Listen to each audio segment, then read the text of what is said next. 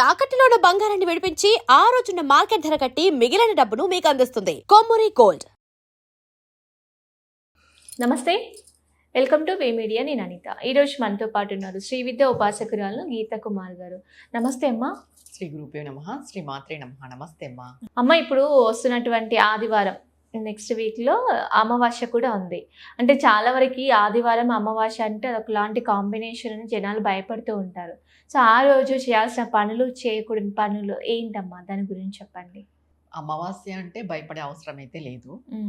అది ఈ సినిమాల ప్రభావం వల్ల అమావాస్య అంటే ఏదో భయపడాలి అన్నట్టు. అమావాస్య అంటే అమావాస్య రోజు కొంచెం శక్తి తగ్గి ఉంటుంది కాబట్టి కొంచెం మానసికంగా మనకు కూడా ఇబ్బందికరమైన వాతావరణం ఉంటుంది అని చెప్పేసి అమావాస్య రోజు కొంచెం భయపడాల్సి ఉంటుంది. అంటే అమావాస్య రోజు ఎక్కడికి వెళ్ళకూడదమ్మా. ఎవరింటికి వెళ్ళడం కానీ, ఏదైనా ఊర్లకి వెళ్ళడం కానీ ఇలాంటివన్నీ చేయకూడదు. ఇంకొకటి, ఇప్పుడు వస్తున్న ఆదివారం అమావాస్య ఎలాంటిది అంటే, ఆదివారం మధ్యాహ్నం నుండి మనకి అమావాస్య గడియలు మొదలవుతున్నాయి. సోమవారం ఉదయం దాకా అమావాస్య ఉంది. ఎప్పుడైనా కూడా మనం అమావాస్య పౌర్ణమి తీసుకుంటే ఇవి తిథుల ప్రకారమే తీసుకుంటాం. అంటే రాత్రి సమయంలో పరిగణిస్తాం. ఈ అమావాస్య పౌర్ణమి ఎప్పుడు కూడా నిండుగా రాత్రి టైంలో ఉండాలి. అదే మనకు ఇంపార్టెంట్. ఉదయం ఉన్నా లేకపోయినా కూడా రాత్రి అంతా ఉండడమే మనం చూసుకుంటాం, పౌర్ణమి కానీ అమావాస్య కానీ. ఇప్పుడు ఆ విధంగా చూసుకునేలాగైతే ఈ ఆదివారం మధ్యాహ్నం నుండి అమావాస్య స్టార్ట్ అవుతుంది, రాత్రి అంతా కూడా సంపూర్ణంగా ఉంది. అందుకు ఈ టైం ఆదివారం అమావాస్యగా మనం తీసుకుంటాం. ఇప్పుడు ఆదివారం అమావాస్య వచ్చింది కాబట్టి ఏం చెయ్యాలి? గృహస్థులకు ఒక నియమం ఉంటుంది, సాధకులకు ఒక నియమం ఉంటుంది. అంటే విద్యాపరంగా మాలాగా ఉన్న వాళ్ళు వేరే విధంగా మేము పూజలు చేసుకోవడం జరుగుతుంది. గృహస్థులకు ఒక నియమం ఉంటుంది. ఇప్పుడు సాధన పరంగా ఉండే వాళ్ళది చూద్దాం. మొదటగా అయితే సాధన పరంగా ఉండే వాళ్ళు వాళ్ళ మంత్రోపదేశం, ఒక అనుష్ఠానం, పూజ చేసుకోవడము, మంత్ర జపం ఎక్కువ చేయడము. ఈ అమావాస్య పౌర్ణమి తిథులలో నార్మల్ గా మంత్ర జపం ఎక్కువ చేసినా కూడా మంచి ఫలితం ఉంటుంది. వాళ్ళకున్న ఉపదేశమైన మంత్రం ఉంటుంది కదా, దానిని ఎక్కువ టైం చేసుకోవడం, నైట్ టైం ఎక్కువ టైం చేసుకోవడము, ఇలా అంతా చేసుకోవాలి. సరే అమ్మ, ఇప్పుడు నార్మల్ గా ఏ మంత్రం లేని వాళ్ళు, గురువు లేని వాళ్ళు, నార్మల్ గృహస్థులు ఏం చేసుకోవాలి అంటే, మనం ఎప్పుడు చెప్పుకున్నది అమావాస్య అంటే మహాలక్ష్మీదేవి యొక్క ఆరాధన, అమ్మవారి యొక్క ఆరాధన కంపల్సరిగా చేయాలి. ఇంట్లో ఏ ఇంట్లో అయినా సరే కంపల్సరిగా చేయాల్సిన ఆరాధన అమావాస్యకి అమ్మవారి యొక్క ఆరాధన చేసుకోవాలి. ఏ అమ్మవారి యొక్క ఆరాధన చేసుకోవాలి అంటే, మీరు మహాలక్ష్మీదేవి యొక్క ఆరాధన చేసుకోవచ్చు, లేదు లలితాదేవి యొక్క ఆరాధన చేసుకోవచ్చు, లేదు అంటే దుర్గాదేవి యొక్క ఆరాధన అయినా చేసుకోవచ్చు. అది మీ ఇష్టం, అది ఏ దేవత ఆరాధన చేయాలి అనేది. ఇప్పుడు లక్ష్మీ కటాక్షం కోసం అయితే మహాలక్ష్మీదేవి ఆరాధన చేస్తారు, ఇంకా లలితాదేవి ఆరాధన కూడా చేస్తారు లక్ష్మీ కటాక్షం కోసం. ఇప్పుడు మీరు లక్ష్మీదేవిని పూజించి లక్ష్మీదేవి యొక్క అష్టోత్తరము, లక్ష్మీదేవి యొక్క స్తోత్రాలు, లక్ష్మీదేవి యొక్క సహస్రనామాలు కూడా చేసుకొని అమ్మవారికి పాలు నైవేద్యం సమర్పించి ఆ రోజు లక్ష్మీదేవికి విశేషంగా పూజ, అర్చన ఇలాంటివి చేయడం ద్వారా కూడా ఆదివారం అమావాస్యతో కూడి ఉంది కాబట్టి మనకు లక్ష్మీ కటాక్షం అనేది కలుగుతుంది. అదే రోజు మనం లలితా సహస్రనామం పారాయణం కూడా చేసుకోవచ్చు. అదే రోజు దుర్గాదేవి యొక్క స్తోత్రాలు, దుర్గాదేవి యొక్క మంత్రాలు కూడా చేసుకోవచ్చు. ఎలా చేసుకుంటాం అనేది అనే విషయానికి వస్తే, మీ ఇంట్లో మీకు ఏ విధంగా వీలైతే ఆ విధంగా. అమ్మ, మేము ఎప్పుడు చేసుకోవాలనే ఆలోచన ఉంటది. 6-7 పైన కొంచెం చీకటి పడిన తర్వాత దీపాలు వెలిగించుకొని, సంధ్యాదీపం మనం ఫస్ట్ గా వెలిగించుకొని, తులసి కోట దగ్గర కూడా దీపం వెలిగించి ఈ స్తోత్ర పారాయణాలన్నీ చేసి పాలతో కూడిన పదార్థమైన నైవేద్యంగా పెట్టచ్చు. లేదు పాలు, చిటికెడు పంచదార, తేనె, ఇలాచి పౌడర్ కలిపి కూడా మనం నైవేద్యంగా కూడా పెట్టుకొని సమర్పించుకోవచ్చు. అది మనం ఇంటిల్లి పాది కూడా తీసుకోవచ్చు. ఇంకొకటి, ఇదే అమావాస్య రోజు గడపకి వచ్చేసి నిమ్మకాయ అనేది కట్ చేసి అటువైపు ఇటువైపు అనేది పెట్టడం మనం చూస్తూ ఉంటాం. అది ప్రతి ఒక్కరూ కూడా చెయ్యాలి. ఎస్పెషలీ శాక్తేయ పరంగా ఉండేవాళ్ళంటే అమ్మవారిని పూజించే వాళ్ళు కూడా ప్రతి అమావాస్యకి కూడా గడపకి నిమ్మకాయ మధ్యలో పెట్టి కట్ చేసి అటువైపు ఇటువైపు పెట్టేసేయాలి. అది ఎలా పెట్టాలంటే ఇలా పెట్టాలి, ఈ విధంగా. అంటే రైట్ హ్యాండ్ ది ఇటు సైడ్ కి పెట్టాలి, లెఫ్ట్ హ్యాండ్ ది ఇటు సైడ్ మామూలుగా ఇలా ఇలా Okay. పెట్టడం ద్వారా కూడా మీ ఇంట్లో ఉన్న నెగిటివ్ ఎనర్జీ పోవడము ఇదంతా జరుగుతుంది. ఇంకొకటి ఆ రోజు ఏం అమ్మ చేస్తారు నిమ్మకాయ అంటే, మీద దెబ్బ మీద పసుపు కుంకుమ వేస్తారా? వేయచ్చు, Okay. కంపల్సరీ వేయాలి కూడా. వేయచ్చు. కొంతమంది అటు ఇటు నిమ్మకాయల పైననే కర్పూరం పెట్టి కర్పూరం కూడా వెలిగిస్తారు. అవును, అవును. ఇలా చేయడం ద్వారా కూడా కొంచెం దిష్టి దోషము నెగిటివ్ ఎనర్జీ కూడా వెళ్ళిపోతుంది. ఇంకొకటి ఇలా అమ్మవారి పూజ చేసుకునే వాళ్ళు ఆ రోజు రాత్రే సాయంత్రమే గుమ్మడికాయ తెచ్చి పూజా రూమ్ లో పెట్టుకోవడము, ఓకే. దాన్ని రాత్రంతా పూజా రూమ్ లో పెట్టేసి మీరు ఉదయాన్నే మీ ఇంటి గుమ్మానికి కట్టుకోవాలి, సోమవారం ఉదయాన్నే. ఇంకొకటి ఇక్కడ ప్లస్ ఏంటంటే సోమవారం ఉదయం కూడా మనకి అమావాస్య తిథి ఉంది. ఈ ఓకే. పితృ కార్యాలు చేసే వాళ్ళు, పితృ తర్పణాలు చేసే వాళ్ళు సోమవారం ఉదయం పూట చేసుకోవాలి. ఇంకొకటి ప్రతి అమావాస్యకి ఉపవాసం నియమం పాటిస్తారు కొంతమంది పితృదేవతల కోసం. అవును. అలాంటి వాళ్ళు సోమవారం మధ్యాహ్నం వరకు ఉపవాసం ఉండి సోమవారం రోజు పితృ కార్యాలు, పితృ తర్పణాలు అనేది చేసుకోవడం ద్వారా చాలా మంచిది. అమావాస్యకి కొంతమంది కొన్ని దానాలు చేసుకుంటారు పితృదేవతల పేరు పైన. అవును. అయ్యగార్లకి,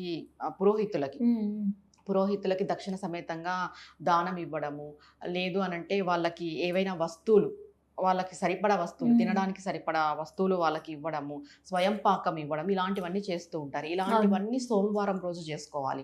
ఇంకొకటి మీరు విశేషంగా శివారాధన చేయాలి అని అన్నా కూడా సోమవారం రోజు అమావాస్య తిథి ఉంది కాబట్టి శివుడికి రుద్రాభిషేకం చేయించుకోవడము, ఇలాంటివన్నీ కూడా ఆ రోజు చేసుకుంటే చాలా మంచిది.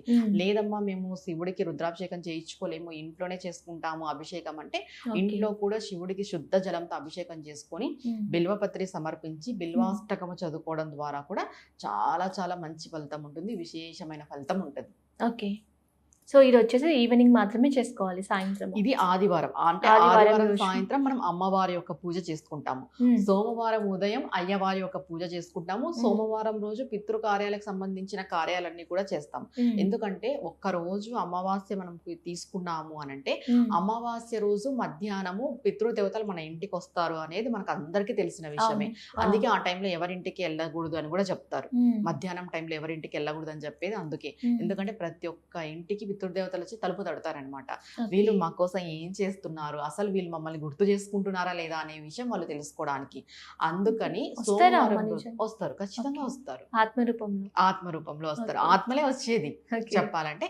వాళ్ళని మనం ప్రతి అమావాస్యకి గుర్తు చేసుకోవడం ద్వారా మనకి లైఫ్ లో గ్రోత్ అనేది ఉంటుంది. పితృదేవతల యొక్క ఆశీర్వాదం చాలా చాలా ముఖ్యము, ఇంపార్టెంట్ కూడా. మనకి దేవతల యొక్క ఆశీర్వాదం ఎంత ముఖ్యమో మన పితృదేవతల యొక్క ఆశీర్వాదం, పెద్దల ఆశీర్వాదం కూడా అంతే ముఖ్యము. అందుకు ప్రతి అమావాస్యకి మధ్యాహ్నం వరకు పితృకార్యము, మధ్యాహ్నం అనంతరం దైవ కార్యము చేస్తారు అమావాస్య రోజు. అమావాస్య అంటే పడే అవసరమే లేదు. ఇంకొకటి ఈ అమావాస్య తిథి రోజు మనము ఇద్దరిని ఒక ఆరాధన మనం చేయగలుగుతాం. ఎందుకంటే ఇట్లా పితృదేవతలది ఉదయం చేస్తాము, సాయంత్రము దైవారాధన చేస్తాం కాబట్టి మనం భయపడవలసిన పనేం లేదు. ఇంకొకటి ప్రతి ఒక్కరు కూడా ఈ రెండింటిని పాటించాలి. లేదండి మేము సాయంత్రం దేవతా ఆరాధన మాత్రమే చేస్తామంటే కుదరదు. ప్రతి ఒక్కరు పితృ కార్యాలు చేసుకుంటూ పోవడం వల్ల కూడా చాలా చాలా మంచిది. ఎందుకంటే ఈ కాలంలో మనం చూస్తున్నాం అంటే, నా వరకు వచ్చిన జాతకాలు బట్టి ఆల్మోస్ట్ ప్రతి ఒక్కరికి ఏదో ఒక రూపంగా పితృదోషం అనేది ఉంటుంది జాతకంలో. ఈ అమావాస్య తిథి నాడు ఈ ప్రికాషన్స్ అన్ని పాటిస్తూ పోవడం వల్ల ఈ పితృదోషం అనేది తగ్గే అవకాశం చాలా వరకు ఉంటుంది. అందుకని ఇద్దరి దేవతల యొక్క అనుగ్రహం పొందాలి.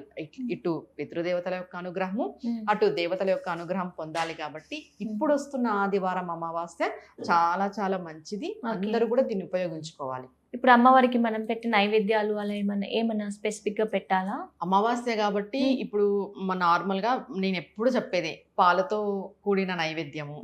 ఎందుకంటే ఎందుకు పాలు అంటే, పాలు వచ్చేసి చంద్రునికి సంబంధించింది నైవేద్యం. ఇంకొకటి అమావాస్య రోజు అస్సలకి చంద్రకళలు ఉండవు కాబట్టి మనలో కూడా కొంచెం శక్తి క్షీణించి ఉంటుంది. ఇప్పుడు పౌర్ణానికి కళలు పెరుగుతూ పోతాయి, మనలో కూడా ఆ కళలు పెరుగుతూ పోతాయి. అమావాస్యకి కళలు తగ్గుతూ వస్తాయి, మనలో కూడా ఆ కళలు తగ్గుతూ వస్తాయి. ఈ అప్ అండ్ డౌన్స్ హెవీగా ఉంటాయి బాడీలో కూడా. అందుకే కొంచెం మానసికంగా కూడా కొంతమంది ఇబ్బంది పడుతుంటారు ఈ తిథులు వచ్చినప్పుడు. అలాంటి టైంలో ఎందుకంటే ఈ మన బాడీ అంతా వాటర్ తో నిండి ఉంటుంది. అవును. నేచర్ కూడా వాటర్ తోనే ఎక్కువ నిండి ఉంటుంది. ఇప్పుడు మనం మొత్తం భూమి అవును. తీసుకుంటే 28% ఉంటుంది, వాటర్ తీసుకుంటే 78% అవును. ఉంటుంది. ఎక్కువ శాతం విశ్వంలో వాటర్ వాటర్ కంటెంట్ content ఎక్కువ ఎక్కువ అవును. ఉంది. మన బాడీలో కూడా వాటర్ కంటెంట్ ఎక్కువ ఉంటుంది. అవును. విశ్వము ఇక్కడ బాడీకి పెద్ద తేడా లేదు. ఓకే. మన బాడీనే విశ్వము, విశ్వమే మన బాడీ చెప్పాలంటే ఇది మనం ఫస్ట్ అర్థం చేసుకోవాలి. ఇలాంటి తిథులు వచ్చినప్పుడు మన బాడీలో ఈ వాటర్ కంటెంట్ ఎక్కువ ఉండడం ద్వారా బయట ఉన్న ప్రకృతిలో ఈ ఫ్రీక్వెన్సీ, ఈ ఎనర్జీ మన బాడీని తీసుకుంటూ ఉంటుంది. ఈ అమావాస్య వచ్చినప్పుడు కలలు తగ్గిపోతాయి కాబట్టి మన బాడీలో కూడా కొంచెం లీనెస్, వీక్నెస్, ఈ కలలు తగ్గడం, ఎందుకంటే ఎక్కువ శాతం వాటరే ఉంటుంది కదా, అందుకని మన బాడీ ఆ అమావాస్య తిథికి రియాక్ట్ అవుతుంది. ఓకే. ఆ అమావాస్య తిథి ఏ విధంగా ఉంటుంది, కలలు తగ్గి ఉంటుంది, ఎనర్జీ కొంచెం తగ్గి ఉంటుంది కాబట్టి మన బాడీలో కూడా ఎనర్జీ తగ్గే అవకాశం చాలా ఉంటుంది. అందుకు మనం ఈ ఆధ్యాత్మిక పరంగా దేవతా ఆరాధన చేస్తూ మనం ఎనర్జీని పెంచుకుంటాం ఆ రోజు, ఓకే. సైంటిఫిక్ గా చెప్పాలి అంటే. అవునవును. ఇప్పుడు పితృదేవతలకు పూజ ఎలా పెట్టుకోవాలి ఏంటి దాని గురించి? ఇప్పుడు సోమవారం పొద్దునే అవును. నేను చెప్పాను కదా, సోమవారం పొద్దునే మనం చేసుకుంటే సరిపోతుంది.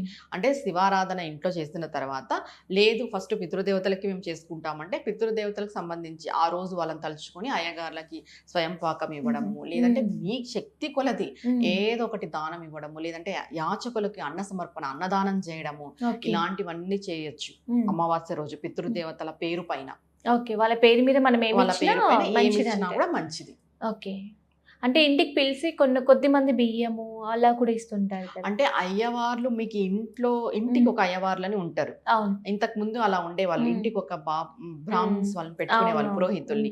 ఇప్పుడు మీకు అలా ఉంటే మీ ఇంటి అయ్యవారిని పిలిచి మీరు వాళ్ళకి స్వయం పాకం ఇవ్వడం, వస్త్రదానం ఇవ్వడం, ఏదైనా దానం పూర్వకంగా వాళ్ళు ఇవ్వచ్చు. వాళ్ళు స్వీకరిస్తూ ఉంటే, ఇప్పుడు లేని వాళ్ళు కూడా ఉంటారు కదా, అలాంటి వాళ్ళు దేవాలయాలకి వెళ్ళి ఇవ్వడము, లేదా యాచకులకి ఇవ్వడము బయట చాలా మంచిది. ఓకే. చాలా థ్యాంక్స్ అమ్మా. ఇప్పుడు వస్తున్నటువంటి ఆదివారం అమావాస్య అనగానే చాలా మందికి ఒకలాంటి భయము. సో ఆ భయం తొలగించేలా ఎలాంటి పూజ చేసుకోవాలి, పితృదేవతలకు ఎలాంటి పూజ విధానం ఏంటి, ఏవి సమర్పించుకోవాలని చాలా చక్కగా చెప్పాను. Thank you so much. నమస్తే అమ్మా.